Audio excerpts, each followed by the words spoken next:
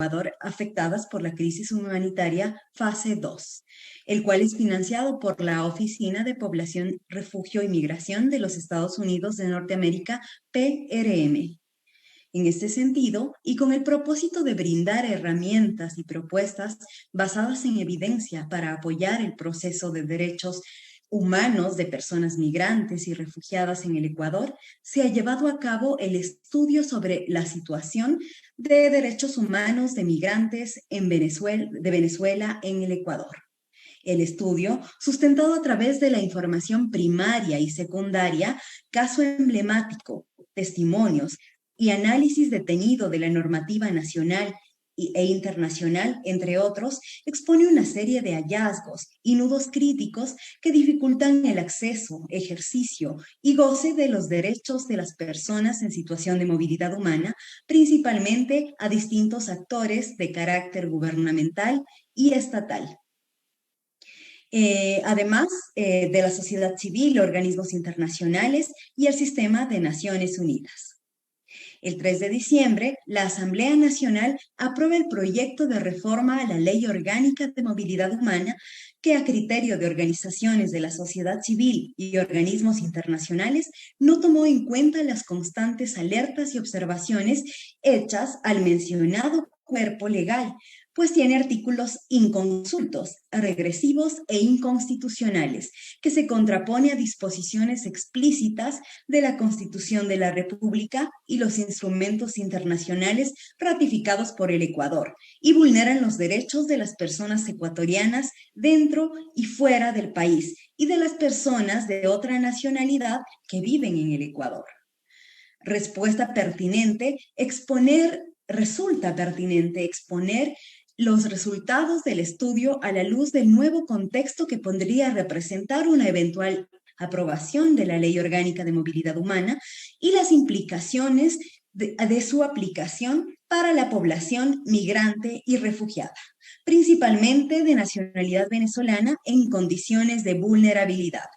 Aspiramos que este foro sea el inicio de un proceso periódico para promover espacios de diálogo y debate con distintas miradas de la migración en el contexto de la actual crisis global, que plantea muchos desafíos para la población migrante que se queda en el Ecuador o aquella que ha decidido retornar a sus países enfrentando múltiples riesgos.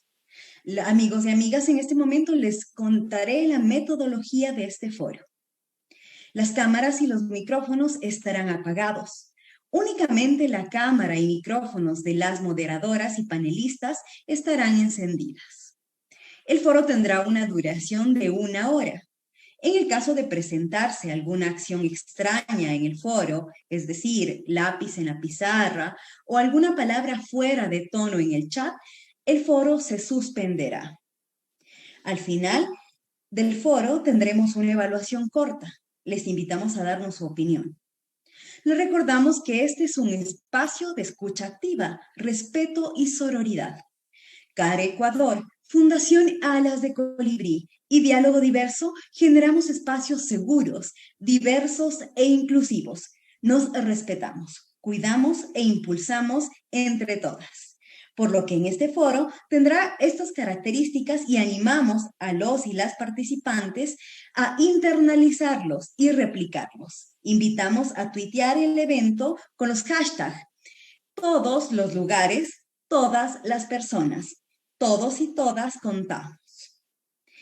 Bueno, les comento en este momento la agenda que tenemos preparada para la tarde de hoy. Esta tarde contaremos con la presencia de Patricio Benalcázar, quien presentará el estudio sobre la situación de derechos humanos de migrantes de Venezuela en Ecuador.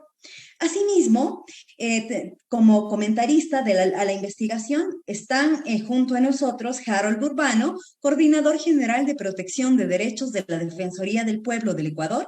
También nos acompaña Betsabeth Jaramillo, politóloga y activista de los derechos de las personas en situación de movilidad humana. También se encuentra Esther Cuesta, ella es asambleísta por la circunscripción del exterior Europa, Asia y Oceanía, a quienes damos la más cordial bienvenida y agradecimiento por darse cita esta tarde. También está con nosotros y nosotras Alexandra Moncada, directora de CARE Ecuador, quien entregará a la ciudadanía el estudio realizado. Bueno, amigos y amigas, sin más que decir, doy la bienvenida a Patricio Benalcázar, quien nos acompañará y nos compartirá un estudio sobre la situación de derechos humanos de migrantes de Venezuela en Ecuador. Patricio es doctor en jurisprudencia, ciencias políticas y sociales, especialista en derechos humanos, magíster en litigio estratégico y derechos humanos, defensor de los derechos humanos, asesor constituyente 2008, y también es ex adjunto de la Defensoría del Pueblo en el periodo 2009-2017. Es asesor de la Asamblea Nacional desde el año 2018, el periodo 2018-2020. Adelante, Patricio, muchas gracias por acompañarnos. Muchísimas gracias, muy amables por la presentación. Yo en primer lugar quisiera agradecer la oportunidad que nos da esta alianza del CARE, de Diálogo Diverso y Alas de Colibrí, para poder presentar al país, a la sociedad, un diagnóstico, un aporte que creemos es importante y significativo para la vida de las personas, para la vida de los migrantes. Yo quiero saludar en consecuencia a Alexandra Moncada, la principal de CARE Ecuador y todo su equipo de trabajo, por supuesto a Gabriel Alvear, el equipo directivo de Diálogo Diverso, a Daniel Rueda, a Verónica Suplivicha de Alas de Colibrí, y por supuesto reconocer la presencia de los colegas aquí que participarán y compartirán conmigo, a quienes tengo el gusto de conocer y con quienes además en algún momento he realizado actividades profesionales, como Esther Cuesta, asambleísta defensora de los derechos de los migrantes durante todo este tiempo, y que férreamente en este último periodo además combatió que se den retrocesos en materia de movilidad humana a propósito de estas reformas que se han presentado en la Asamblea Nacional. A Harold Burbán, un defensor de derechos humanos ahora al frente de una importante dirección, coordinación de la Defensoría del Pueblo, y por supuesto a Betsabe Jaramillo. Y yo quiero reconocer además que los consultores que inicialmente estuvieron en esta investigación y levantaron la información inicial hicieron un trabajo extraordinario, tanto en información primaria como parte de la información secundaria sobre este estudio. Hablo de Verónica Suárez, de David Castillo y nuestra querida amiga y compañera Paola Mera. Yo quisiera rápidamente, si me permiten compartir la pantalla. Ahí estamos. Hacer la presentación de este texto, ¿no?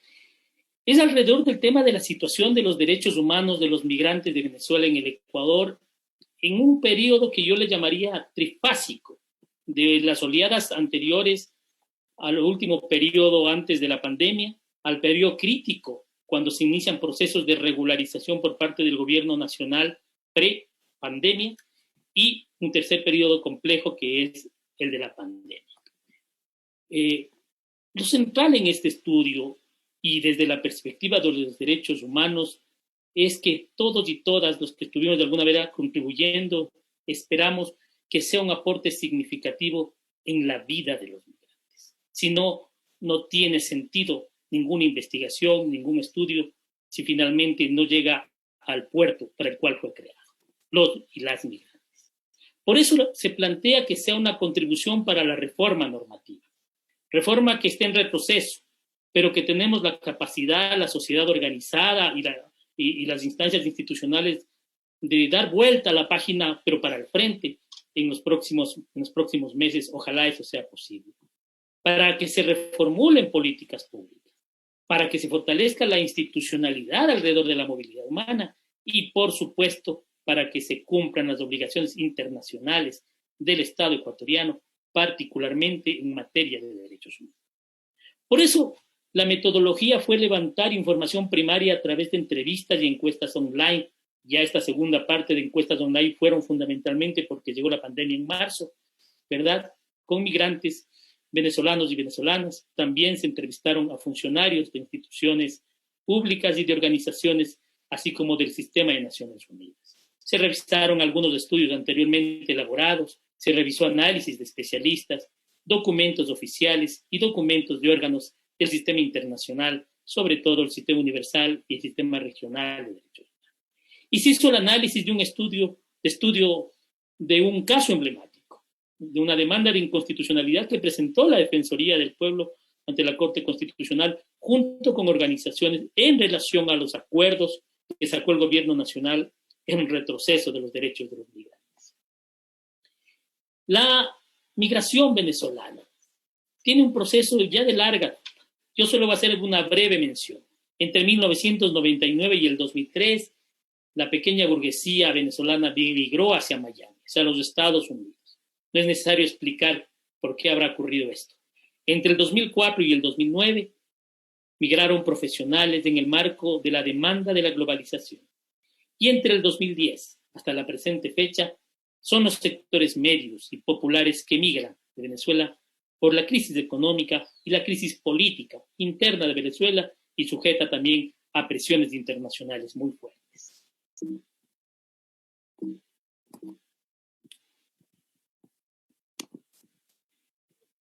¿Cuáles son los flujos que llegaron al país y desde cuándo llegaron? En este cuadro ustedes pueden observar que del 2010 al 2020 al país llegaron cerca de 2.274.500 migrantes venezolanos. Arribaron, pero también salieron 1.908.400 migrantes venezolanos. Eso quiere decir, por saldos oficiales, que se quedaron en el país 366.130. El país, en consecuencia, conforme el cuadro siguiente, demuestra que solo el 16% de las personas venezolanas que han entrado al Ecuador se han quedado en el país. El resto, el 84%, han estado de paso hacia otros países. Su destino final no fue entonces del Ecuador. Ese es un elemento muy importante a tomar en cuenta para el diseño de políticas públicas. Vamos a la centralidad, los testimonios de los migrantes. Se realizaron 28 entrevistas en algunas ciudades del país, en Quito, en Guayaquil, en Manta, en Huaquillas, en Lago Agrio, en Tulcán. En total se entrevistó a 17 mujeres y 11 hombres. 47 personas contestaron un cuestionario en línea. Reconocemos que el tamaño de esta muestra no es representativa de toda la población venezolana. Sin embargo, es un punto de referencia para entender las dificultades y nudos críticos que vive esta población. Además, participaron en el levantamiento de esta información instituciones como la OIM, Hayas, ACNUR, el Servicio Jesuita para los Refugiados, CARE Ecuador, Diálogo Diverso, la Fundación Alas de Colibrí, e instituciones como el Ministerio de Gobierno, el Consejo Nacional para Igualdad y Movilidad Humana, la Defensoría del Pueblo, el Ministerio de Relaciones Exteriores y Movilidad Humana, el Consejo de Protección de Derechos del Distrito Metropolitano de Quito y el Ministerio de Inclusión Económica y Social. ¿Cuáles son las principales problemáticas que levanta el estudio con esta información primaria y secundaria? Va en tres ámbitos.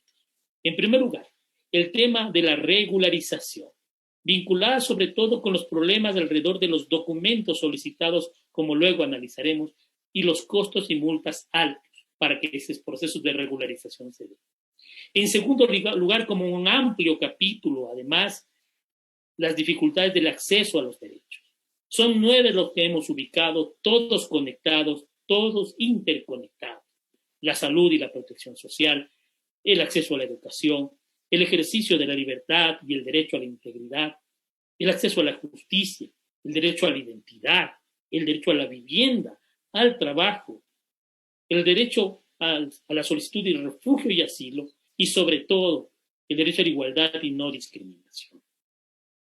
Y un tercer bloque de problemáticas están ya enmarcadas con la crisis sanitaria y vivíamos en ese momento de levantamiento de la información la fase de confinamiento y aislamiento social que, como ustedes comprenderán, hizo complejo la vida de los migrantes, quienes se encuentran en la economía informal o la economía popular y solidaria. El caso tipo que estudiamos fue la demanda de inconstitucionalidad de la Defensoría del Pueblo y de las organizaciones de derechos humanos. Caso tipo que además consideramos que es un caso en el marco del litigio estratégico, fundamentalmente porque apuntaba no a resolver una causa aislada de los problemas estructurales, sino a ser una causa de derecho y de derechos por asuntos estructurales de la sociedad, del sistema jurídico y también de las percepciones, de los estereotipos alrededor de la migración.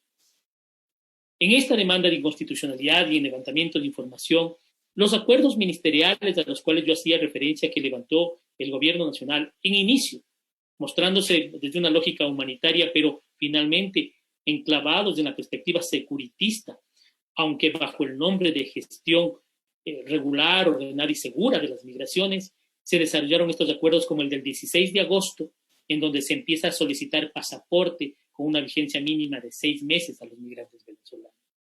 Y en ese mismo agosto, el 22 del 2018, se les requería contar con cédula de identidad, ¿ya? Y que ésta venga acompañada con la presentación de un certificado de validez emitido por un organismo regional o internacional reconocido por el gobierno del Ecuador.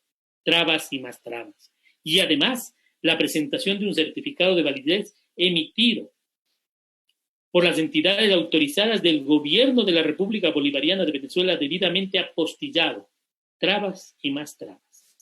Esto, a criterio de las organizaciones y de la Defensoría del Pueblo, violenta derechos humanos, como la igualdad y no discriminación, como la reserva de ley y la seguridad jurídica, amparados en la Constitución, en la Declaración Universal de Derechos Humanos, en la Convención Americana sobre Derechos Humanos, en la Opinión Consultiva 18 de la Corte, en la Observación General 18 del Comité de Derechos Humanos y hasta en la propia Ley Orgánica de Movilidad Humana. Asimismo, el acuerdo del 21 de enero de 2019, que planteaba contar con un certificado de antecedentes penales del país de origen o del país de residencia y durante los últimos 5 años, que además tenía que estar apostillado y legalizado, hacía más difícil y más problemática la posibilidad de regularización. Dicho sea de paso, además violentaba el principio de presunción de inocencia establecido en la Constitución y en tratados internacionales y manifestado por los propios comités de Naciones Unidas. Y el acuerdo interministerial del 1 de febrero de 2019, donde se ponía ciertas excepciones al tema del pedido del certificado de antecedentes penales cuando se trataba de niños, niñas y adolescentes, de personas con vínculos familiares hasta el 2º grado de consanguinidad o afinidad con ecuatorianos que residan en el país, o cuando los ciudadanos venezolanos en el territorio nacional estén solamente de tránsito y acrediten que en su ruta cuentan con una visa o un permiso migratorio, además de otros casos excepcionales que tenían que ser calificados por la autoridad migratoria. Esto, sin duda, violenta principios como el interés superior del niño, y principio que además no solo es un principio, sino que es un derecho y además una regla de procedimiento, y el principio de unidad familiar. Y sin duda, el derecho a solicitar asilo, refugio y, por supuesto, la no devolución. Ese es el primer bloque, los problemas de la regularización. Pero también en este estudio quisimos estudiar el tema de las reformas a la Ley Orgánica de Movilidad Humana y ya nos encontramos en medio, todavía el estudio, quiero decir, no tenía en sus manos las reformas ya debatidas en la Asamblea, pero sabíamos de la propuesta de la función ejecutiva del presidente de la República y las intenciones de la Comisión de Relaciones Internacionales de la Asamblea, dirigida por Fernando Flores, ¿no es cierto?, con el ánimo de hacer reformas que iban a golpear algunos derechos. Yo solo voy a hacer mención a 3. Al tema de la deportación porque se afecta las garantías del debido proceso. En el cuadro que les estoy mostrando y que levantamos en la información, en el lado izquierdo se encuentran los estándares del debido proceso planteados por la Comisión Interamericana de Derechos Humanos en el año 2015. En el medio está el artículo 144 de la Ley de Movilidad Humana vigente y a la derecha, con rojo, está el artículo 144 reformulado por la Comisión de Relaciones Internacionales en su momento y que refrendó lamentablemente la Asamblea Nacional y la envió al Ejecutivo. Voy a leer solamente donde hay regresión de derechos. La Comisión Interamericana plantea que en estos procesos debe garantizarse plazos. En la ley vigente se estableció un plazo para la audiencia, el mismo que tenía que realizarse en el término no mayor de 10 días. Ese plazo fue quitado en la propuesta de reforma. Eso es regresión de derechos. No hay garantías, no hay seguridad jurídica en consecuencia. Segundo, la Comisión Interamericana plantea el derecho a recurrir y a tener acceso a recursos eficaces para recurrir a la decisión de expulsión. La actual Ley de Movilidad Humana preveía 2 recursos, el de reposición y el de apelación. Eso fue borrado de un plumazo con el proyecto de reformas presentado por la Asamblea Nacional. Regresión de derechos. Y por último, El derecho a que la decisión que se adopte sea debidamente motivada constaba en la actual Ley de Movilidad Humana cuando se obligaba textualmente a que la resolución sea motivada. Eso también fue borrado de un plumazo por las reformas y eso es regresión de derechos. Otro gran capítulo que se eliminó fue el capítulo 4 sobre la comunidad suramericana en el Ecuador, que estaba previsto del artículo 83 al 89 de la Ley de Movilidad Humana y hacía referencia a la regulación de la ciudadanía y de los ciudadanos y ciudadanas sudamericanos en el Ecuador. Hay que recordar que esta famosa visa de UNASUR ha constituido el principal mecanismo de regularización para los ciudadanos y ciudadanas sudamericanos. Con este instrumento se han regularizado 91.762 personas en estos últimos 3 años, del 2017 al 2019. El 92% de origen venezolano, el 6% colombianos y el 2% del resto de países de la región, incluidos peruanos, argentinos, chilenos, brasileños, uruguayos, bolivianos, paraguayos y de otras nacionalidades. Debemos recordar que ya en el año 2019 la Corte Constitucional, al emitir el dictamen 1719 TI respecto al tema de la denuncia del Tratado Constitutivo de la UNASUR, de la Unión de Naciones Sudamericanas, al tiempo de decir que era constitucional esta denuncia, hizo caer en cuenta que el Estado debe garantizar que en el contexto de la denuncia de este tratado no se afecten los derechos de las personas que adquirieron estatus migratorio al amparo de los artículos 83 al 89 de la Ley Orgánica de Movilidad Humana, mismos que deben ser respetados mediante medidas administrativas, legislativas y judiciales que correspondan. Aquí se levantan causas para luchar con una demanda de constitucionalidad sobre estas reformas. Y solo para hacer mención de otra más, es las dificultades para acreditar medios de vida para acceder a la regularización migratoria. Es difícil para los migrantes, y más para los migrantes pobres, que están en situación de vulnerabilidad, demostrar que tienen medios de vida, si están buscándose la vida, como la misma migración prevé. Al respecto, el Comité de Trabajadores Migratorios, en sus observaciones del año 2017, en el párrafo 42, ya le hacía caer en cuenta al Estado ecuatoriano que esa medida además puede ser discrecional y que muchas personas no van a poder cumplir este requisito, en particular los migrantes, porque realizan trabajos autónomos e informales. Y le pide al Estado ecuatoriano cambie esas políticas y esas leyes. Podría seguir de largo, digamos, en este tema de las regresiones. Lo que hemos mencionado en el estudio es estar vigilantes del principio de unidad familiar, de la definición de condición migratoria y persona extranjera, de los derechos sociales y laborales de las personas extranjeras, de la definición ambigua de riesgo y amenaza para la seguridad del Estado que será resuelto discrecionalmente por las autoridades públicas, la regresión en materia de naturalización y la eventual regresión en materia de protección internacional. Todo ahí está detallado y es necesario reflexionar profundamente. El estudio también hace un recorrido, quizás de manera pedagógica, ¿no es cierto?, del sistema internacional de protección de derechos. Y mencionamos el sistema universal, y en el sistema universal hacemos mención de los tratados de Naciones Unidas y de los comités que hacen vigilancia de esto. Hacemos referencia al derecho internacional de los refugiados y la protección de personas internamente desplazadas, de la protección que les corresponde a las víctimas de trata y tráfico, de los derechos laborales de los migrantes, especialmente aquellos consagrados en la OIT, en los convenios de la OIT, de la Organización Internacional del Trabajo, la protección de los apátridas y los temas relativos a la nacionalidad y otras normas conexas a la migración en el derecho internacional. Y por supuesto, la protección internacional de las personas LGBTI en el marco de los procesos migratorios por su especial situación de vulnerabilidad. Cuando recorremos el sistema interamericano de derechos humanos, hacemos mención nuevamente a los tratados del sistema interamericano vinculantes con el país y que hay que tomarlos en cuenta cuando se analizan temas de movilidad humana. El rol que cumple la Comisión Interamericana de Derechos Humanos y el rol de la Corte Interamericana.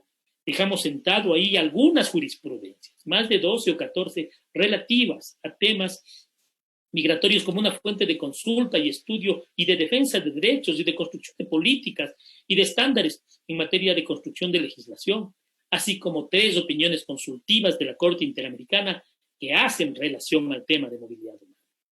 El rol de la Relatoría sobre los Derechos de los Migrantes de la Comisión Interamericana de Derechos Humanos, y concluimos con las obligaciones internacionales de los Estados en materia de derechos humanos y, por supuesto, de derechos de los migrantes. Hablamos de la Constitución, hablamos de la ley, pero también entramos a esto, a hacer un análisis del sistema institucional y político. Quizás este capítulo, que es corto, sea un capítulo más prospectivo, y yo llamaría la atención a mirarlo así, a futuro, cómo podríamos construir institucionalidad, política pública en materia de movilidad humana, alrededor del rol de los organismos rectores de este tema, de los organismos que hacen participación, formulación y transversalización, seguimiento, observancia y evaluación de políticas públicas. Hablo de los consejos nacionales para la igualdad, en particular del Consejo Nacional para la Igualdad de Movilidad Humana, que han venido a debilitarse en este tiempo, pero que tienen que fortalecerse. Hablo de los organismos de protección de derechos, en particular la Defensoría del Pueblo, que durante estos últimos años ha cumplido un rol trascendental, tanto en la promoción como en la protección de los derechos humanos de los migrantes, refugiados, ecuatorianos en el exterior, etc. Se hace referencia a los órganos de protección de los derechos en el marco de los gobiernos autónomos descentralizados, porque esa perspectiva es fundamental, porque es necesario mirar lo local para construir redes desde lo más cercano a la gente. Por eso hay que mirar el rol de los GATS. Y finalmente, una mención de las políticas públicas y movilidad humana a partir del rol de los planificadores del Estado y sus instituciones. Y arribamos finalmente a conclusiones que quizás están envueltas en todo lo que he mencionado anteriormente, pero sobre todo a recomendaciones. Aquí solo voy a enunciar algunas, no todas, quizás aquellas que pueden ser eje. Por ejemplo, el pedir al gobierno nacional que debe establecerse procesos de regularización migratoria con la población venezolana, pero no solo con ella, con toda población migrante, requiriendo documentación que sea primero accesible, estableciendo procedimientos que sean ágiles, garantizando que los costos sean asequibles, no sean de altos costos, y determinando acciones prioritarias para personas que así lo necesiten, que estén en situación de vulnerabilidad. Teníamos uno para la Asamblea Nacional, pero la Asamblea Nacional y el 4 de diciembre mandó ese paquete de reformas regresivas en derechos humanos al presidente de la República. Posiblemente nos corresponda a las organizaciones hacer requerimientos del presidente y se tiene solo hasta el 4 de enero del 2021 para hacer observaciones al Ejecutivo, para que no pase o que sea discutida la constitucionalidad de muchas reformas planteadas por la Asamblea. A la Corte Constitucional exhortar, emita el dictamen, la sentencia de inconstitucionalidad respecto a los acuerdos ministeriales que hice mención anteriormente. A la Defensoría del Pueblo y a las organizaciones de derechos humanos reiterar y culminar que continúen con el litigio estratégico que ya lo han impulsado, encaminado a enfrentar causas estructurales de la violación de los derechos humanos. Y esto dirigido a transformar el sistema jurídico, el sistema político, pero el sistema cultural y sociocultural para establecer nuevas relaciones entre las personas, ¿no es cierto? Para hacer de nuestra sociedad una sociedad más democrática, más incluyente, más inclusiva. Y finalmente un reto que nos queda a todos y todas cuando se habla de las organizaciones en general. Hay muchas cosas que hay que profundizar en términos de estudio, de análisis, respecto al derecho a la salud y protección social de los migrantes, de educación, de libertad, de integridad, de acceso a la justicia, de vivienda, de identidad, de trabajo, del derecho a los refugiados, de la igualdad y no discriminación. Miren, en la época de la pandemia hay que incorporar además enfoques de género, de interculturalidad, de inclusión, lo intergeneracional, del interés superior. Y en esta nueva lógica, ¿no es cierto?, post-pandemia, es necesario desarrollar productos de investigaciones para que no se conviertan las causas sanitarias en otras causas de la securitización prospectiva contra las migraciones y se abandone el enfoque de la portabilidad de los derechos.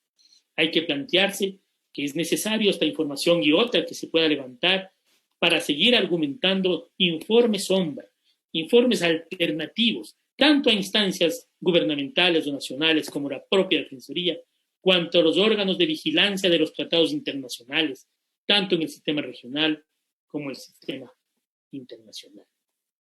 Esta obra, si bien es cierto, puede tener algunos bemoles, pero ha sido construido en un momento crítico, difícil para todos y todas, y quiere ser finalmente una contribución, como decíamos al inicio, que finalmente sea útil para la vida diaria, cotidiana, de miles y miles de hombres y mujeres inmigrantes que llegan a nuestro país o que se van de nuestra patria. Muchas gracias. Un derecho no es algo que alguien te da, es algo que nadie te puede quitar. Muchas gracias, Patricio. Sin duda, este tipo de investigaciones invitan a generar un debate alrededor de una temática de gran importancia como el refugio y la migración. Antes de dar paso a los comentarios del estudio, quiero que observemos este video que narra el testimonio de Rosa. Adelante.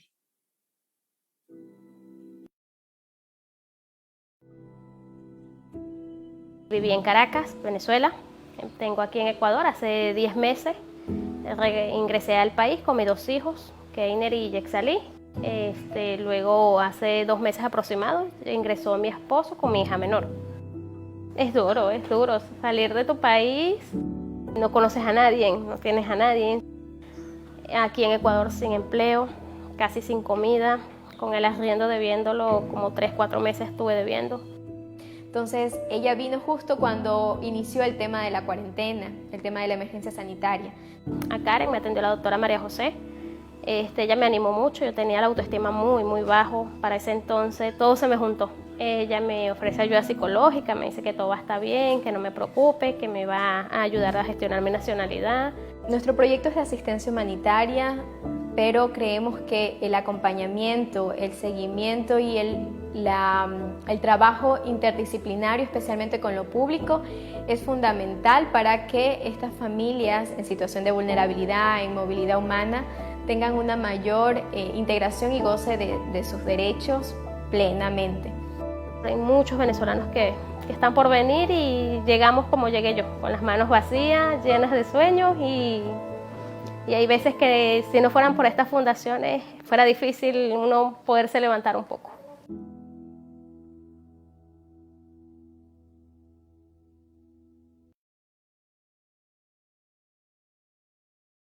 Pueden dejar sus comentarios en el chat de Zoom o también en el chat de Facebook. En este momento quiero dar paso a Harold Urbano. Él es coordinador general de protección de derechos de la Defensoría del Pueblo Ecuador. Él es abogado de la Pontificia Universidad Católica del Ecuador, máster en Derechos Humanos y Democratización para América Latina y el Caribe por la Universidad Nacional de San Martín, Argentina. Tiene un diplomado en Sistemas Internacionales de Protección de Derechos Humanos por la Universidad de Zaragoza, España. Tiene amplia experiencia en incidencia y litigio en derecho penal, derecho constitucional y derechos humanos a nivel nacional e internacional. Él es docente universitario de la UISEC, de la PUCE, de la Universidad Andina Simón Bolívar y de la UTPL. Actualmente es coordinador general de protección de derechos de la Defensoría del Pueblo de Ecuador. Bienvenido, Harold. Muchas gracias, Paola. Creo que Patricio me definió mejor. Soy un defensor de derechos humanos y creo que con eso me voy a quedar. Y creo que todos los que estamos aquí, a todos los que nos interesa esta temática, somos defensores y defensoras de derechos humanos y eso nos da nos genera una obligación constante de estar identificando estas temáticas y constantemente luchando contra el abuso del poder. Hablar de una situación evidenciada en este texto, en esta investigación de casi 20 años, en 5 minutos es complejo. Y lo primero que quiero hacer es felicitar la alta capacidad que han tenido los autores, que ha tenido Patricio para poder de alguna forma sintetizar una problemática que tiene diversas aristas, que no solamente es jurídica, que no es solamente económica, que es geopolítica en general, y lo han hecho de una gran forma. Y han aterrizado con su metodología en una disyuntiva que es sobre la que quiero partir esta breve exposición, que me generó en realidad, luego de leer todo el estudio, una suerte de sensación de desconsuelo frente a lo que hago y lo que he hecho durante toda mi vida.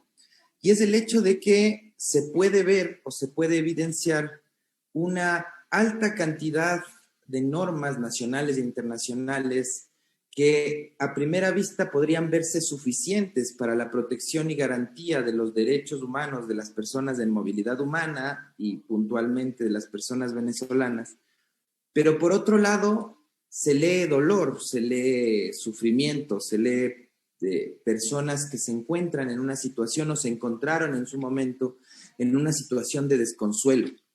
Y esta metodología nos hace ver y nos hace dar cuenta que lo que ponemos en un papel, que lo que se logra además a través de la incidencia del litigio estratégico, únicamente va a tener razón de ser el momento en el que le cambie la vida a una persona, en el que le cambie la vida a una familia que está sufriendo y que va a dejar de sufrir. Los derechos humanos, el derecho en general tiene ese objetivo y debe tener ese objetivo, y el trabajo en materia de derechos humanos tiene que ser tan interdisciplinario en donde la norma logre cambiarle la vida a una persona, en donde muchas otras materias, sociología, la psicología, muchos otros profesionales que trabajamos en conjunto, logremos cambiarle la vida a una persona. Este desconsuelo que tuve entonces al leer esta investigación nos da cuenta, y personalmente me dio cuenta a mí, del trabajo constante que tengo que hacer, dejando de lado este pensamiento exclusivo de abogado y tratar de juntarme con las otras personas que van a utilizar mi trabajo para beneficio de alguien que está sufriendo, de alguien que siente dolor. Y creo que además evidencia esta metodología utilizada o devela la construcción de la política pública, la construcción además de las buenas y malas prácticas que tiene el Estado, desde un punto de vista de la desigualdad, ¿sí? De la falta de empatía, de la falta de humanidad, y que ya en el caso concreto, la xenofobia constante sobre la cual debemos trabajar, la que tenemos que atacar y que la debemos combatir.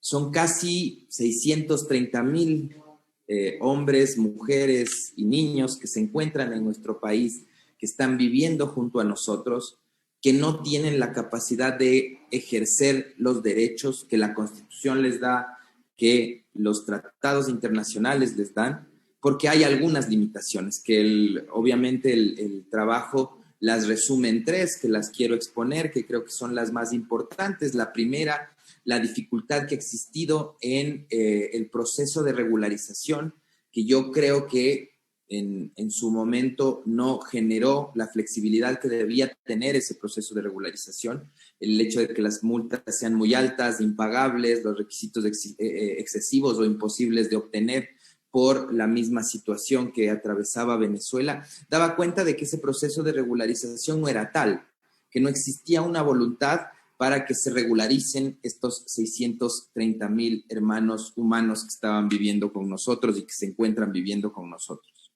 Ahí vemos entonces cómo se construyó esta política pública. Las limitaciones de acceso a derechos humanos claramente evidenciadas.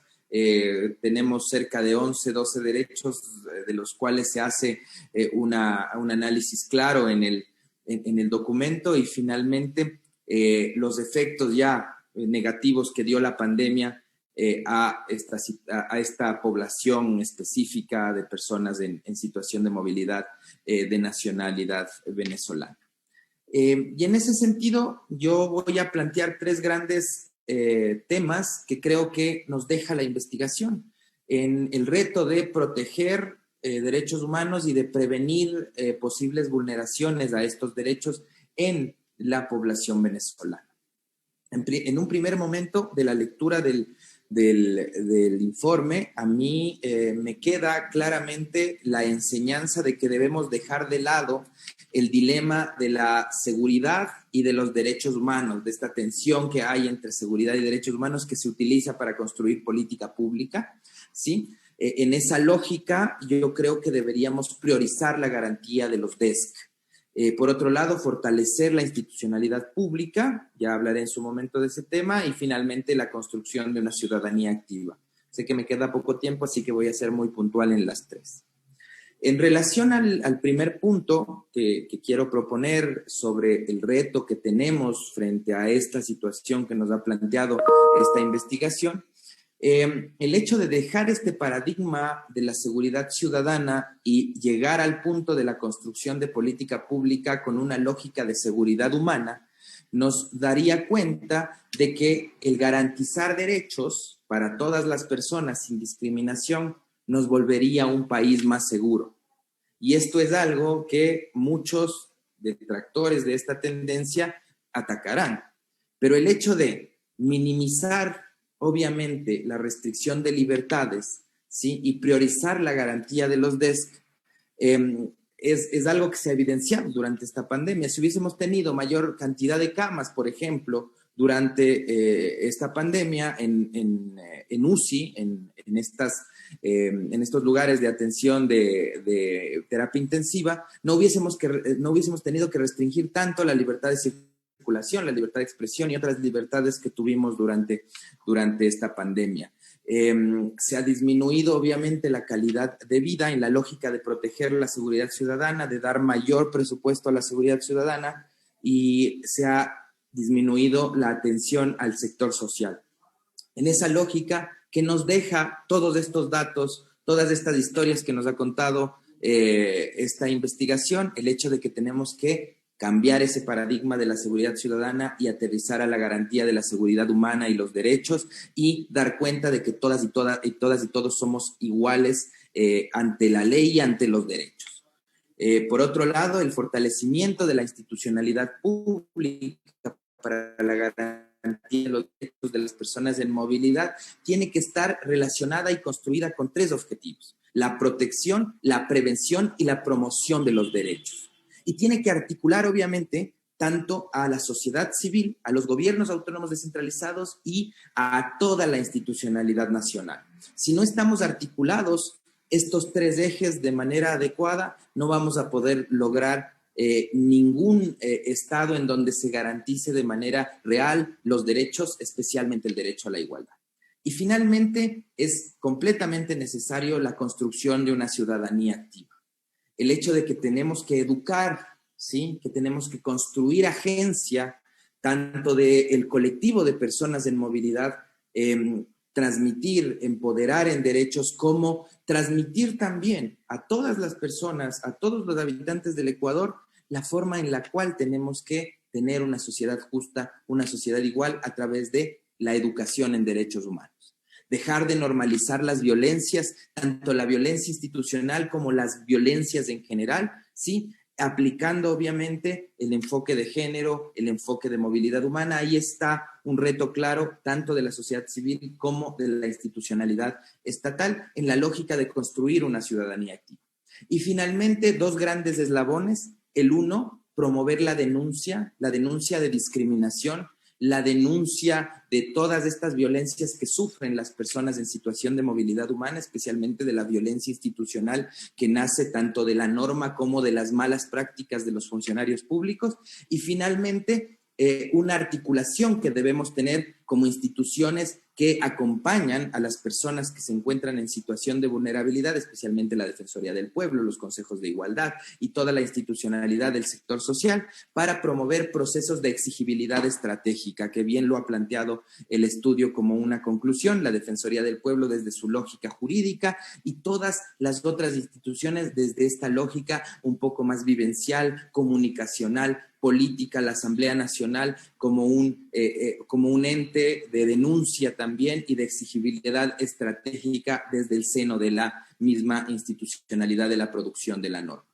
Creo que con esto Obviamente me quedo corto, pero voy a cerrar. Finalmente agradecer igualmente la invitación. Un saludo desde la Defensoría del Pueblo y quedo abierto a cualquier tipo de comentario. Muchísimas gracias. Los derechos humanos son la única ideología que merece sobrevivir. Muchas gracias por tu participación, Harold. Ahora doy la bienvenida a Betsabeth Jaramillo. Betsabeth Jaramillo es politóloga con mención en Relaciones Internacionales. Posee estudios avanzados en gobernabilidad, historia y política exterior. Defensora de derechos humanos de la comunidad migrante en Ecuador. Es además responsable de asuntos migratorios en la Fundación Haciendo Panas. Es miembro del Consejo Cantonal de Protección de Derechos de la ciudad de Ibarra y es el enlace de la Embajada de Venezuela en Ecuador para las provincias de Carchi e Imbabura. Se autodefine como exiliada. Adelante, Betsabeth. Muchísimas gracias. Yo creo que como migrantes debemos dar las gracias por espacios como estos que nos permitan manifestar nuestra voz y que siempre contribuyan en favor de nuestra causa, que debe ser más derechos, o no más derechos, el reconocimiento de los derechos plenos para todos por igual, sin ningún tipo de distinción. Respecto al informe que presentaban, yo creo que ha sido un gran avance en materia de ver cuáles son los diferentes nudos críticos y problemas que afronta nuestra comunidad. Sin embargo, pese a eso, yo quiero ser un poco más realista, destacando el testimonio que mostraban. Y una de las frases que han leído que me parece muy interesante, y es que un derecho es algo que nadie te puede dar y nadie te lo puede quitar. Pues yo le digo como venezolana, a los venezolanos nos han quitado todo y todos nuestros derechos. Producto de esto, de un régimen, de una falsa izquierda, ha acabado con nuestro país, ha enterrado nuestros valores y nos ha llevado a la igualdad, les puedo decir, a la igualdad ante la miseria. Esa es la única igualdad que nos venden y la única igualdad posible, lastimosamente. Y esto que nos ha tocado a todos nos ha llevado a migrar. Somos 5.4 millones de desplazados y refugiados. Y esto es algo fundamental porque no todos los países nos reconocen como refugiados. Ven nuestra crisis como un problema quizás político o quizás algunos la catalogan por temas del imperio, un imperio ficticio. Pero lo que es real es que un régimen dictatorial ahogado todos nuestros derechos, sin derecho a la salud, a la educación, a la vivienda, a la libertad de expresión o a vivir. Y se los digo como una exiliada que me considero, porque he visto cómo han asesinado a mis amigos, he visto cómo han encarcelado a mis compañeros, solamente por exigir nuestros derechos fundamentales, que rezan todos los convenios internacionales y nuestra propia Constitución venezolana. Mucho se ha querido decir del gobierno anterior en el Ecuador y de la ley de movilidad humana que se aprobó en segundo debate, pero es que la ley anterior también tiene grandes vacíos, y vacíos que nos afectan a quienes migramos y que también nos vulneran. Y eso no es algo de hoy, sino es algo de tiempo atrás. Y lo comento porque hay asambleístas que han sido presidentes de la Comisión de Relaciones Exteriores del Ecuador y teniendo la posibilidad de construir una ley más garante de derechos, de oportunidades para los migrantes, solo la engavetaron y son quienes hoy pretenden decir otra cosa distinta que no hicieron en su momento. Lastimosamente, el socialismo destruyó mi país y es lo que ha llevado a migrar a los 5.4 millones de venezolanos que estamos en el mundo. Esta cantidad representa la población de países como Panamá o Costa Rica, y esto es una realidad. Y ustedes lo pueden ver en las calles. Nosotros como migrantes no queremos nada más allá que nuestros propios derechos y oportunidades como se consagran universalmente. En Ecuador somos 366.000 migrantes venezolanos Según estudios, se estima que estamos entre los 417.000 y los 500.000 venezolanos en el Ecuador. Nuestra situación actual es sumamente compleja. ¿Y por qué compleja? Porque pese a las leyes que en muchos casos cercenan nuestros derechos, tenemos un sistema que nos tiene prisioneros y acaba con nuestros derechos fundamentales. Como venezolanos no tenemos derecho a una identidad, no lo tenemos, no existe, no lo podemos ni pensar. En tener un pasaporte, una cédula de identidad, una carta de soltería, es netamente imposible. Si bien los países generan su propio ordenamiento jurídico, ojalá pudiese adaptarse a nuestra realidad de la crisis migratoria. Y yo entiendo la búsqueda de soluciones, pero quiero alzar la voz y no por algo político, sino porque esto ha llevado a que muchos hermanos estemos hoy en países a los que les agradecemos la hospitalidad y tendernos la mano en una situación tan difícil y compleja, pero que esto pasa por la situación de nuestro país y no tiene nada que ver con una crisis económica, no tiene nada que ver con un gobierno extranjero, bueno, solamente el gobierno extranjero de Cuba y un modelo bastante caduco que busca acabar con nuestra ciudadanía, ahogar un país y obligar a las personas a migrar, y eso se ha hecho. Yo quiero pensar que estos espacios puedan abrir no solamente el debate y mostrar la realidad que está detrás de las mujeres, niños y hombres de bien que nos ha tocado migrar, porque créanme, nadie deja su hogar queriendo, sino por obligación y por cuestiones que van mucho más allá, que representan un peligro para nosotros. Y esa es la situación de los venezolanos. Yo quisiera que estos espacios permitieran articular esfuerzos en favor de nosotros, y lo agradezco a todas las organizaciones que infinitamente aportan su granito de arena por contribuir a nuestra causa, a la defensa de nuestros derechos, a ACNUR, a CARE, a Diálogo Diverso, a Fundación Alas de Colibrí, a la OIM y a todos quienes han alzado la voz por nosotros, lastimosamente, y cosas que no son suficientes, por los propios gobiernos y sus ideologías, y en otros casos porque lastimosamente necesitamos más. En el Ecuador sí somos 417.000, 500.000 venezolanos, solamente 420 venezolanos somos reconocidos como refugiados, solo 420. Y nuestra crisis, o como algunos usan este término, nuestra crisis migratoria va a superar la de Siria el año que viene. Y muchos dirán, pero es un contexto distinto. No, porque cuando un gobierno tiene colectivos que te amenazan y te asesinan a quemarropa, que te desaparecen, no dista mucho de un conflicto bélico o un conflicto interno.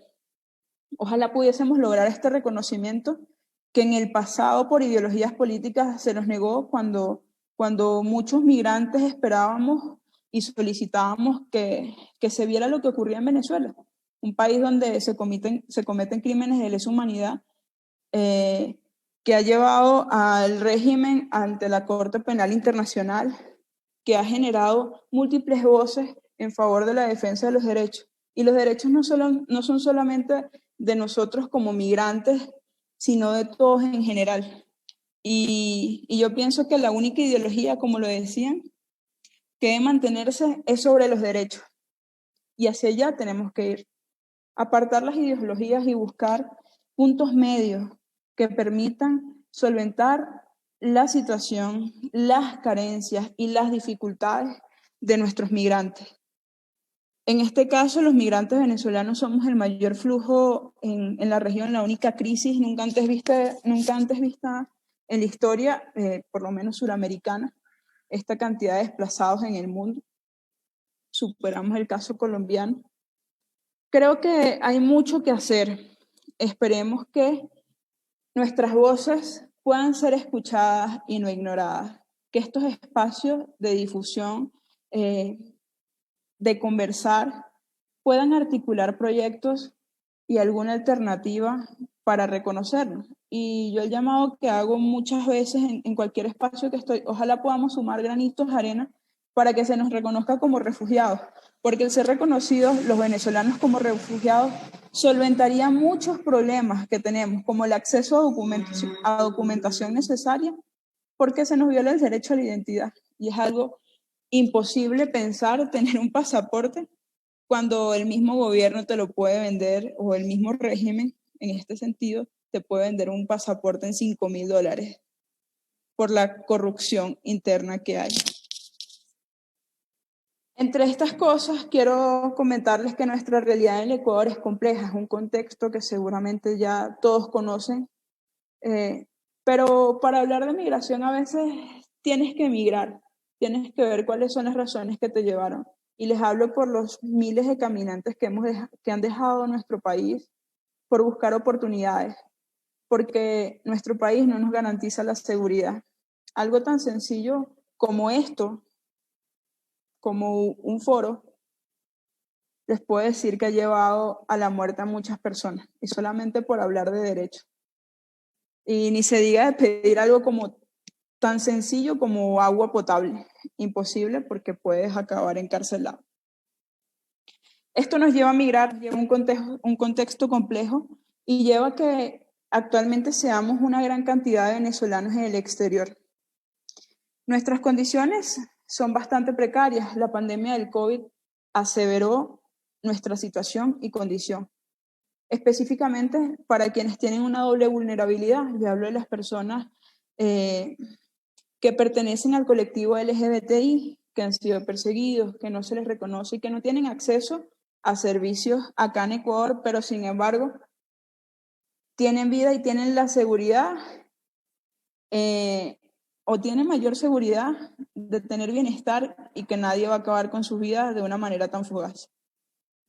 De las mujeres que somos migrantes, que nuestra condición es netamente compleja, enfrentarnos a femicidios, a redes de trata, a tráfico de migrantes, entre otras cosas. Yo creo que ojalá estos aspectos, donde sí existe actualmente una vulneración de derechos en el Ecuador, como mencionaban los compañeros, sí, y esto es público y notorio cuando vemos que no tenemos acceso a servicios básicos tampoco, como educación, existe discriminación, a salud, entre otras cosas. Pero estoy convencida de que el trabajo conjunto y articulado podrá generar soluciones estables y viables para quienes migramos. Y les quiero decir algo: quienes migramos no queremos ser un problema, queremos ser una solución, queremos aportar, queremos ayudar, queremos también hacer algo. Créanme, no vinimos de la noche a la mañana, como se ha visto este éxodo que inició principalmente a finales de 2016 y generó su pico entre 2018 y 2019. No venimos por turismo, no venimos a robarle nada a nadie. Vinimos porque en nuestro país no se nos garantizan las condiciones mínimas para una vida. Yo les agradezco a todos ustedes por alzar la voz, por siempre estar allí para quienes migramos y generar oportunidades para nosotros. Esperemos una lucha conjunta por los derechos, porque se nos reconozcan, y les hago el llamado a que se sumen a la causa de millones de venezolanos que piden que se nos reconozca como refugiados y se entienda cuál es la situación de nosotros. Porque es muy difícil ver una madre que ha caminado desde Venezuela hasta Ecuador buscando oportunidades y capaz ha encontrado la puerta cerrada y ha venido con sus hijos, y eso es una cuestión que da un dolor en el alma. De antemano, muchísimas gracias por este espacio. Espero que juntos y articuladamente podamos enfrentar lo que se avecina en un futuro. Lo que nos ha dejado la pandemia ha sido terrible, pero conjuntamente podremos salir adelante, y busquemos entre todos, desde cualquier grano de arena, dejar ideologías de lado y aportar a la migración, al reconocimiento y en favor de los derechos. Por eso, muchísimas gracias a todos. Muchas gracias, Betsabeth, por tu exposición, por tu sentida exposición. Cerramos los comentarios con Esther Cuesta, asambleísta por la circunscripción del exterior, Europa, Asia y Oceanía. Esther, migrante a los 19 años, cuenta con un PhD en literatura comparada con especialización en estudios feministas y latinoamericanos, una maestría en literatura comparada y una licenciatura en literatura hispanoamericana y estudios italianos de la Universidad de Massachusetts, Estados Unidos. Fue viceministra de Movilidad Humana del Ministerio de Relaciones Exteriores y Movilidad Humana y cónsul del Ecuador en Génova, Italia. Fue presidenta y vicepresidenta de la Comisión de Relaciones Internacionales de la Asamblea Nacional y actualmente es miembro de la misma comisión. Adelante, Esther. Muchísimas gracias y buenas tardes, buenas noches. Aquí estoy en Italia, aquí son 11:15 de la noche. Bueno, primero, gracias por la invitación y gracias por compartir. Para mí un placer compartir este foro con Betsabe, con Patricio, con Harold y realmente haber podido leer este estudio, que debo decir que como asambleísta pocas veces leo cosas tan estimulantes. Felicito a Alas de Colibrí, a Fundación CARE y a Diálogo Diverso por la realización de este estudio. Yo quiero empezar primero saludando a los migrantes.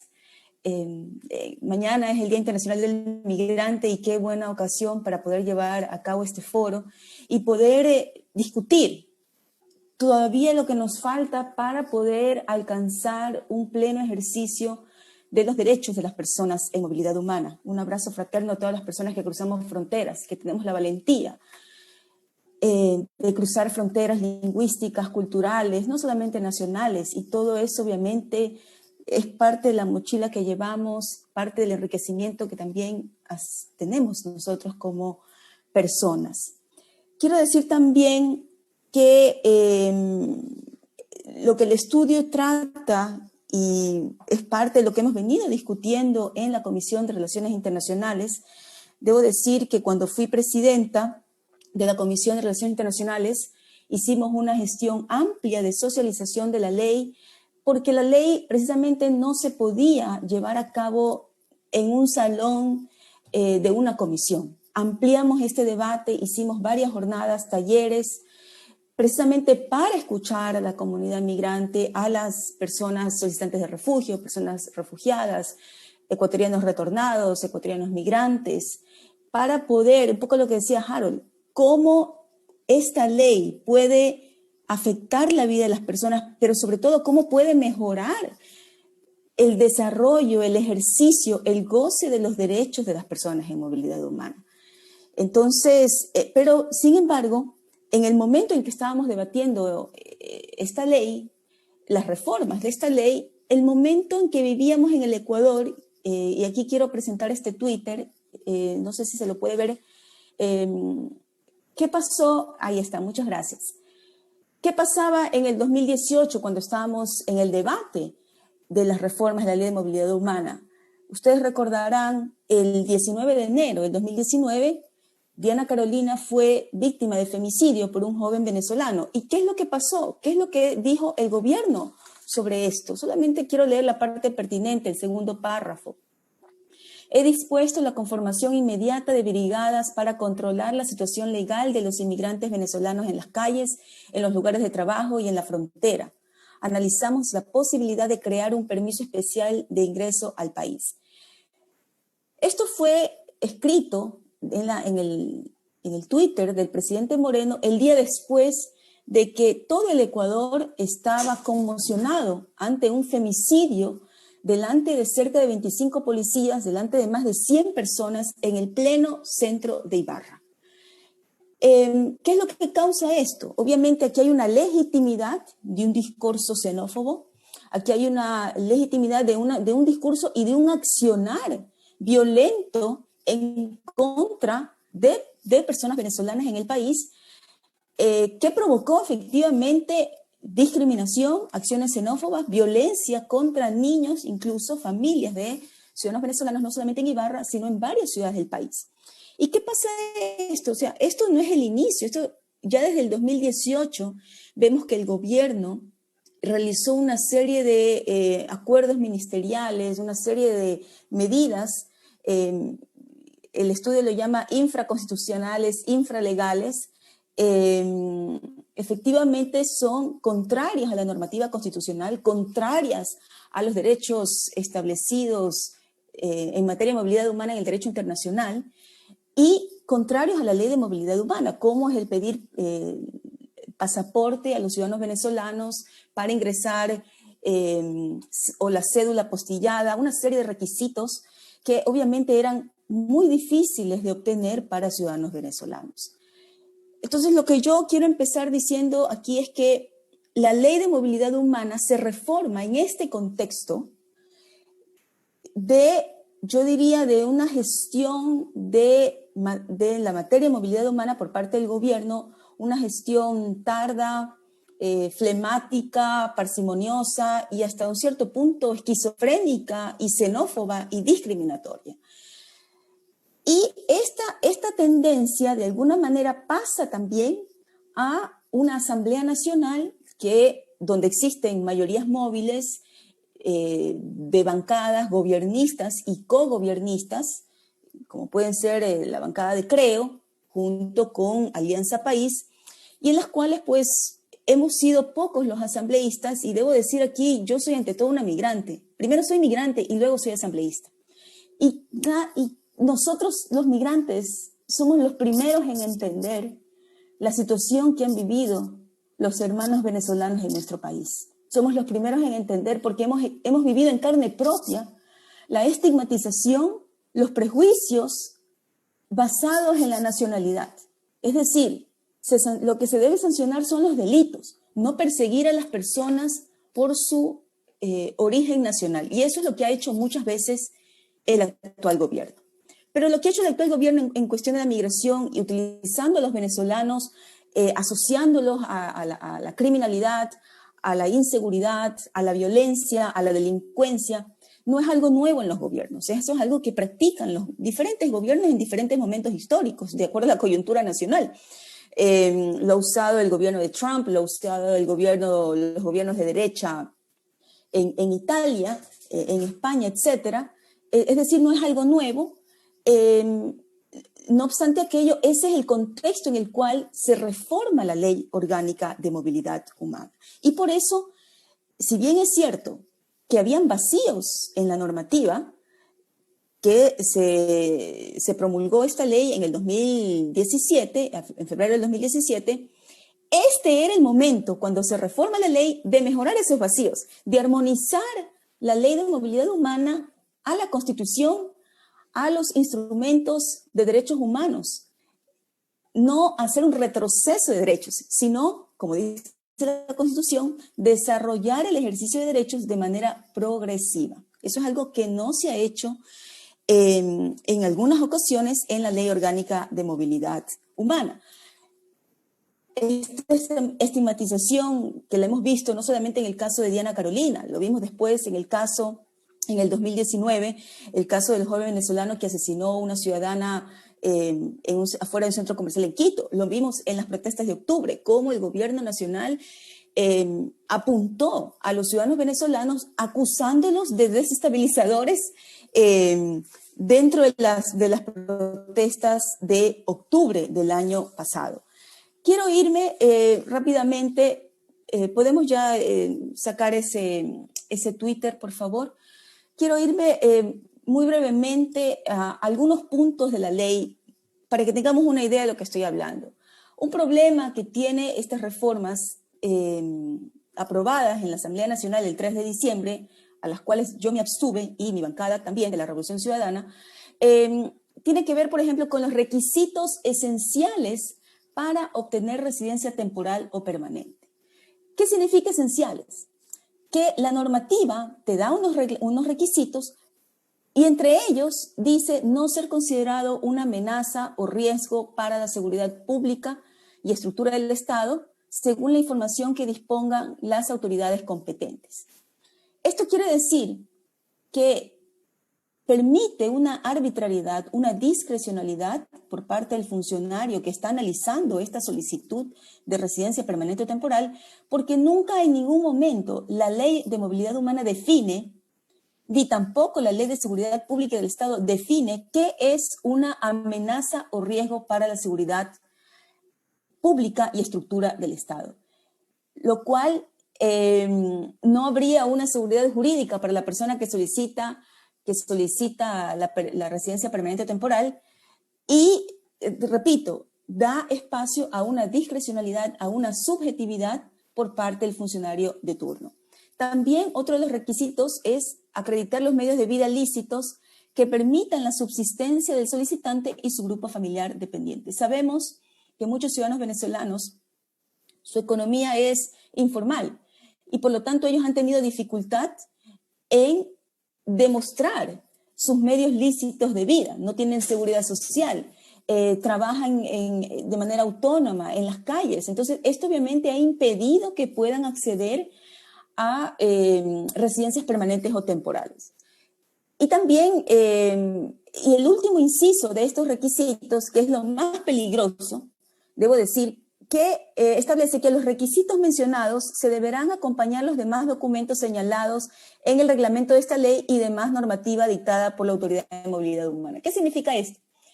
Que en cualquier momento el gobierno de turno puede cambiar los requisitos y aumentar los requisitos, porque estos son los esenciales, y habría que poner los requisitos adicionales y pueden inventarse cualquier otra cosa, lo cual vulnera el principio, repito, de seguridad jurídica de una persona solicitante de residencia permanente o temporal. Y también se elimina la excepción de requisitos a personas reconocidas como sujetas de protección internacional, lo cual es sumamente violatorio de derechos humanos y de las convenciones internacionales ratificadas por el Ecuador en cuanto a refugio. Otro tema que nos preocupa mucho tiene que ver con los requisitos generales para obtener la naturalización, que son similares a los de residencia permanente o temporal. Ahora obligan que, bueno, también dice que le dan una serie de requisitos, esos son requisitos generales, es decir, después habrán requisitos específicos, y dice pues que deberán acompañar además a estos requisitos los documentos señalados en el reglamento de esta ley. Lo mismo, una falta de seguridad jurídica y también algo que es una regresión de derechos es que ahora se podrá pedir la nacionalidad ecuatoriana solamente en territorio ecuatoriano. En la ley de movilidad humana que era vigente, bueno, la que es vigente ahora porque todavía no pasa por el Ejecutivo, establecía, y esto fue una lucha, y estoy yo personalmente involucrada en esto, fue una lucha que hicimos en la Cancillería para que las personas puedan solicitar la naturalización desde las oficinas consulares o las misiones diplomáticas. Y lo digo porque, por ejemplo, una pareja transnacional que quiere regresar al Ecuador todos como ecuatorianos, no lo pueden hacer. Los países, bueno, muchos países, puedes tú pedir la naturalización desde el exterior, pero el Ecuador ha hecho una regresión de derechos en este sentido. Otro problema que nosotros hemos identificado tiene que ver con las deportaciones, y esto es algo sumamente grave, y por eso este es uno de los principales motivos por los cuales yo personalmente me abstuve. La Ley de Movilidad Humana vigente establece que el proceso de deportación sea una resolución administrativa.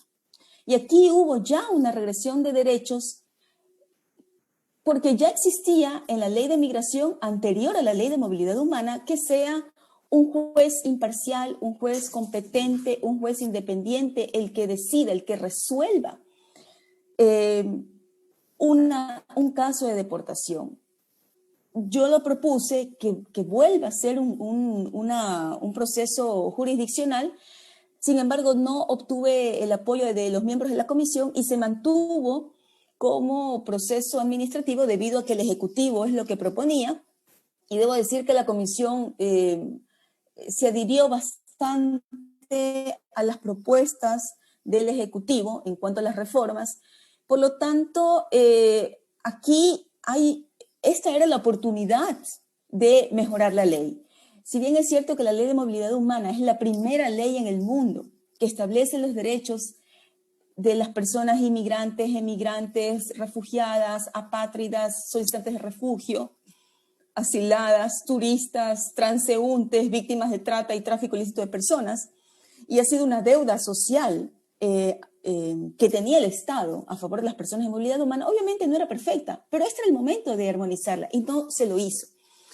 Esto pues, digamos, continúa siendo un proceso administrativo, y tal vez lo peor de todo esto es que una de las causales para la deportación, que es lo más peligroso, es el numeral 9 de las causales de deportación, a ver si lo encuentro, que tiene que ver con el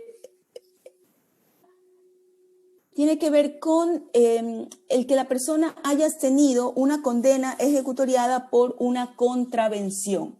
Es decir, una persona extranjera, venezolana o no, que haya cometido una contravención establecida, tipificada en el Código Orgánico Integral Penal, que puede ser inclusive una contravención de tráfico, que afecte el orden público y la tranquilidad, es decir, puede ser una pelea callejera, puede ser una persona que estaba conduciendo sin licencia y le faltó en obra a una autoridad y causa, digamos, alteración al orden público, esa persona puede ser deportada de acuerdo a esta ley aprobada por la Asamblea Nacional. Eso es sumamente peligroso. Es decir, todos los ecuatorianos que vivimos en Europa, bueno, no todos, pero muchos ecuatorianos que vivimos en Europa, que vivimos en Estados Unidos por una contravención de este tipo, podemos ser sujetos de deportación. Entonces, no puede el Estado ecuatoriano tener un doble discurso de proteger los derechos de los ecuatorianos en el exterior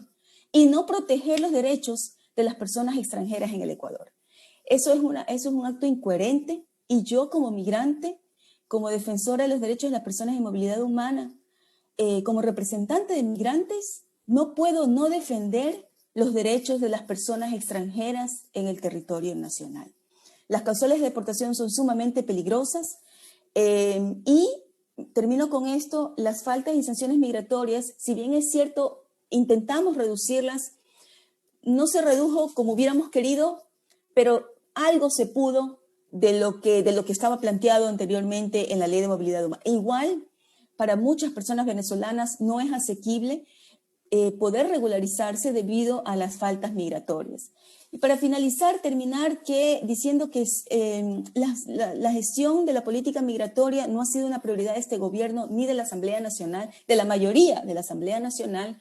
Y esta gestión ha sido de alguna manera esquizofrénica. Han esperado el último momento para poder hacer una amnistía migratoria, que yo no la llamaría amnistía porque no hay nada que perdonar de un crimen, sino que se requiere una regularización para que las personas extranjeras y personas venezolanas que han venido a nuestro país puedan ejercer plenamente sus derechos. Gracias. Muchas gracias, Esther, por tu participación. La migración siempre ha sido uno de los impulsores en el progreso y dinamismo del mundo. Ahora les invitamos a mirar el siguiente video con testimonios de participantes del proyecto Protección Multisectorial ante la Crisis Humanitaria. Adelante.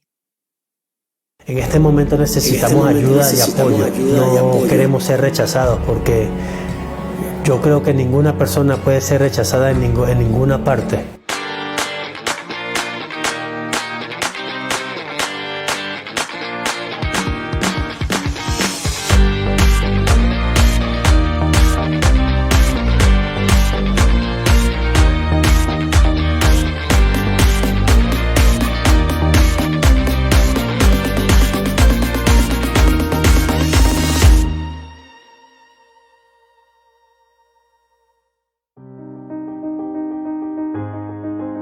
Era militar en Maracaibo.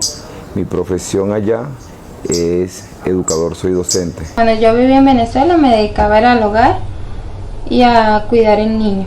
Justo antes de venirme para acá yo trabajaba en las minas, allá en Venezuela. No es igual, lógicamente, sentirse en este país como un migrante más. Traté de salir un poquito más lejos, pero mi situación económica no me permitió. Emigrante, pues, a pie, sin plata en el bolsillo, sin nada. Allá a Venezuela con mi familia fue de 3 días. Nos vinimos por autobús. Y nosotros tenemos familias que dependen de nosotros, como mamá, como hijos. Eso fue lo que me hizo tomar la decisión de salir del país. Podemos conseguir lo que tanto anhelamos en este país, que es un futuro bien para nosotros y para nuestra familia, y también para ayudar a nuestros familiares que se encuentran en estos momentos en Venezuela. Ya no pertenecíamos a la fuerza, sino que ya el gobierno nos puso como desertores y traidores a la patria por estar en contra del gobierno. Y soy un perseguido político, amenazado. Por eso es mi salida de Venezuela. Porque es fuerte salir de su zona de confort para entrar en otro sitio donde siempre vas a ser extranjero. Soy una de las tantas que también ha pasado por ese mismo proceso que ustedes están pasando. No es sencillo, pero la idea es no rendirse. Yo trabajo en el día, trabajo en la calle, vendo empanadas, vendo tortas. Algunas veces uno se siente como ansioso, como de todo un poco por lo de la pandemia. Que no tengamos la cédula o si no tenemos la visa, nos discriminan por eso. Pero en realidad eso es todos los días, es el pan de nosotros, de todos los días. Discriminación total. Las demás instituciones que nos prestan apoyo siempre tienen como recelo o son xenofóbicos por nuestra preferencia sexual. Mi visa ha hecho un cambio radical en mi vida. Estoy muy feliz porque ya soy ciudadano, como quien dice, ecuatoriano. No de nacimiento, pero sí ya adoptado por el país con mi visa. El apoyo que he recibido acá de Diálogo Diverso, ¿verdad?, ha sido asesoría legal. Dieron un bolsito de útiles personales y un dinero que nos dieron con una tarjeta y asesoría legal. Hablamos bastante con el abogado, que nos asesoró por lo menos lo de la cita del censo, y nos asesoró para las preguntas que nos pudieran hacer acerca de la visa. Nos asesoró muy bien. Y ahorita que nos dieron un ticket para ir a consultas médicas. Y bueno, antes de conocer a la asociación CARE, no tenía así ningún conocido así, pues. De Venezuela, Colombia y Ecuador eran uno solo. Por problemas políticos, ¿verdad?, se dividieron, pero por algo éramos uno solo y por algo nos dicen que éramos hermanos. No importa el género, no importa la raza, no importa el color, no ser discriminado, que sea una persona de acá, pues que me valoren como eso. Demostremos que en realidad los buenos somos más. Me ha tratado a mí como que yo fuera parte de no sé, como de su familia, algo así.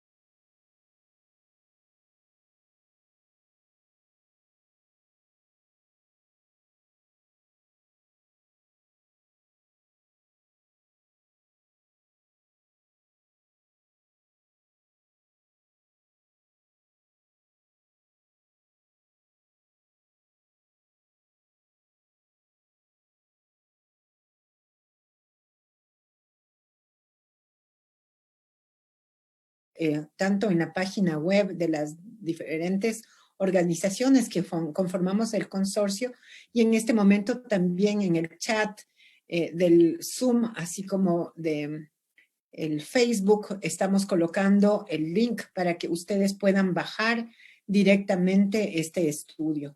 Les invitamos a leerlo, invitamos sobre todo a hacer realidad estos esfuerzos múltiples y combinados que necesitamos para asegurar una regularización migratoria accesible, ágil y con costos adecuados para los más vulnerables.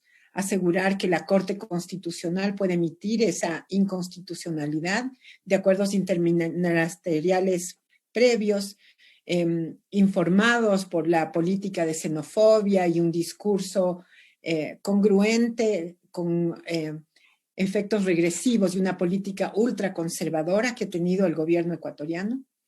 Asegurar además el trabajo y el litigio estratégico que hemos tenido las organizaciones de defensa de los derechos humanos con la Defensoría del Pueblo y trabajar en mayores informes alternativos en órganos de vigilancia que como este estudio pretenden sobre todo brindar un espacio de reflexión y análisis sobre la garantía de los derechos humanos. Quiero agradecer sobre todo la posición de Harold cuando él nos dice que es importante cuestionar las políticas regresivas y de securitización frente a la necesidad de la garantía de los derechos económicos, sociales y culturales. Y en esta época de política y de campaña electoral, esperamos mirar qué candidatos y candidatas pueden hacer precisamente un pronunciamiento para eliminar el tema de la compra y la adquisición de armas y sobre eso valorar todo lo que se refiera a los presupuestos sociales, el gasto referido a la mayor protección de las personas en vulnerabilidad. Quiero agradecer también a Betsabe por su sentida presentación respecto a la situación de las y los migrantes venezolanos, la necesidad de reconocimiento de refugio en el país y para ello necesitamos un trabajo coordinado y consistente entre varios actores para que la ley o esta propuesta de reforma de ley sea efectivamente vetada y se pueda conseguir un proceso adecuado, accesible y ágil para ese pronunciamiento. Y finalmente quiero agradecer a Esther. Ella además está haciendo un sacrificio, dado que está en un uso horario muy diferente al nuestro, por su posición muy clara respecto de la defensa de los derechos de los migrantes, los retornados, los y las refugiadas en el país y la necesidad de tener posiciones políticas claras, coherentes y alzar la voz frente a las condiciones que se persiguen en estos momentos y que solo están vinculadas a un proceso de campaña electoral y lastimosamente a un proceso de desinformación a la ciudadanía en general respecto de las reales condiciones, las causas y las necesidades que tienen las y los migrantes en el país. Esperamos que este espacio, además, que ha sido enriquecido con los postulados y las propuestas de cada uno de los colegas que han intervenido en esta presentación, sea un espacio también para generar esta reflexión y para generar esfuerzos conjuntos en favor de las y los migrantes y su Día Internacional el día de mañana. Muchas gracias por su asistencia a este encuentro y gracias por la facilitación. Muchas gracias a Alexandra Moncada por sus palabras. La unidad es la variedad y la variedad en la unidad es la ley suprema del universo.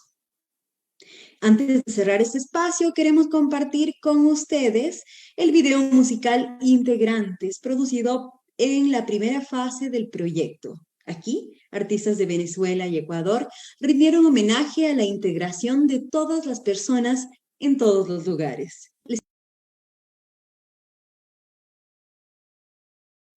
¿Qué es lo que nos queda? Aventurar a otros países, donde nos den la oportunidad de trabajo por lo menos, ya que aquí no nos dan. Cualquier parte. Lo importante es emigrar. y ganar algo más de dinero para poder vivir, mandar a la familia que queda aquí pobre, endeudada, todo un relajo. El asunto es que podamos salir de aquí, de esta miseria que estamos metidos. Aquí nos endeudamos y no salimos, no podemos pagar las deudas. Entonces no hay trabajo, no dan oportunidades. ¿Qué más se queda? Emigrar, lamentablemente dejando a la familia. No es un dolor tan grande que se va. Una hermana se va. La última de nosotras se va y se va a aventurar. A aventurar también. Tus paisajes y sueños me iré por esos mundos de Dios, y tus recuerdos al atardecer me harán más corto el camino. Entre tus playas quedó mi niñez, tendida al viento y al sol, y esa nostalgia que sube a mi voz sin querer se hizo canción. De los montes quiero la inmensidad y del río la acuarela, y de ti los hijos que sembrarán nuevas estrellas.